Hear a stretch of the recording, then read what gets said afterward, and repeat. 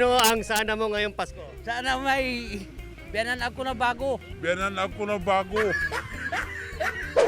Maging masaya. Yan. At tapos yun, mabigay na yung 13th month pay. Yan.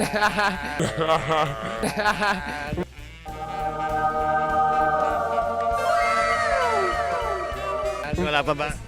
Wala pa. Ano? Mapalitan ko ng asawa ko.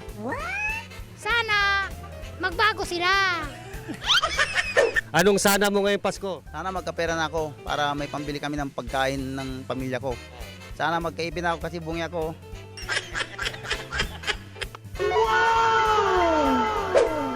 Anong sana mo ngayong Pasko? Sana